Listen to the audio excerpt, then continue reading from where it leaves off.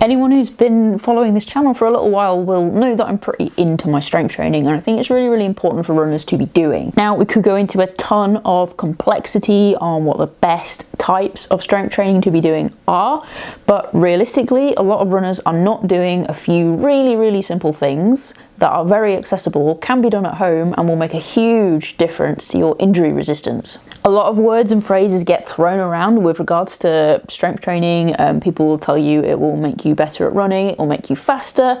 Now, the things we're going to be looking at today are not going to magically immediately make you faster at running. However, what they will do is target a few key problem areas that frequently pop up in runners.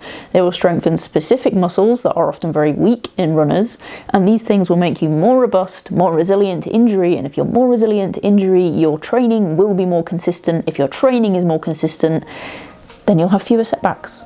The main piece of equipment you are going to need is a resistance band. The first key exercise we're going to take a look at are side leg raises. These are versatile, you can do them lying down, you can move the band a bit further up your leg to make it a little bit more comfortable if you need to.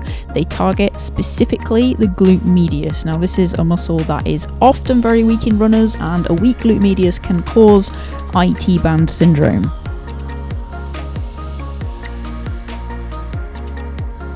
If you need to use something to balance against, then please do so.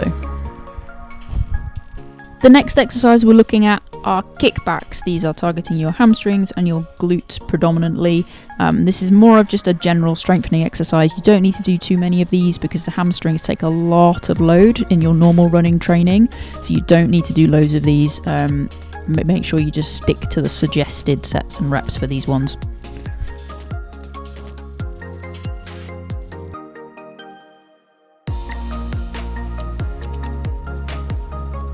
The last resistance band exercise we're going to look at is resisted hip flexion. This is specifically targeting the hip flexor. The hip flexor is a very small muscle, and if the hip flexor is weak, then the muscles around it do have to do a lot of overcompensation work. So it's a good idea to just try and keep a little bit of strength work that's specifically targeting the hip flexor so that it isn't a weak link in the chain.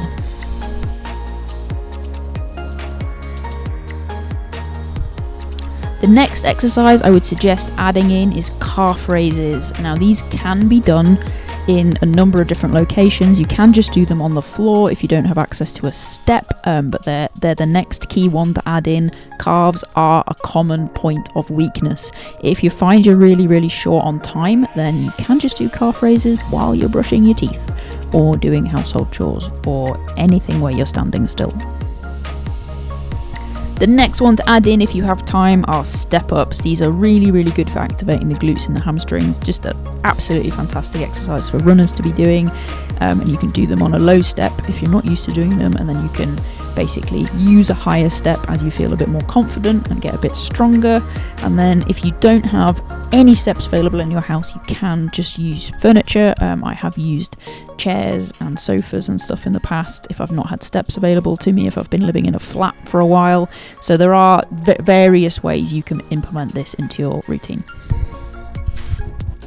Now, there are alternatives to the step-ups. You can do lunges or split squats. Here I'm doing a split squat, so that's a perfectly alright alternative if you prefer to do those. If you'd like to spice it up a bit, then a reverse lunge can be just a different way of targeting similar muscles to the step-ups and the split squats and the lunges, so pick the one you like the most. So that was a small selection of exercises that you can add into your daily routine. As we discussed, you can add them in before the run, and then depending on how much time you have, you can turn it into a longer routine with some of the additional suggested exercises. Remember, doing something is always better than doing nothing. So even if you're doing one of these exercises on a regular basis, then that is something. As with any form of training, the key thing is consistency. So if you're getting something in, like the resistance band exercises, before your runs, and you're doing that before every run, then that's a really good start. And like I said, if you've got a little bit more time and can put all those movements together into a slightly longer routine, and you're doing that 2 or 3 times a week, that's really solid. But be realistic, be honest with yourself. If you're not going to be able to make yourself find the time to do the full routine. Don't target the full routine straight away. Pick 2 or 3 of the exercises and just try and get used to doing those regularly. If you've been able to consistently do 2 or 3 of the exercises regularly for a few weeks, then add in some extras. All right, thank you very much for watching. I will catch you in the next one.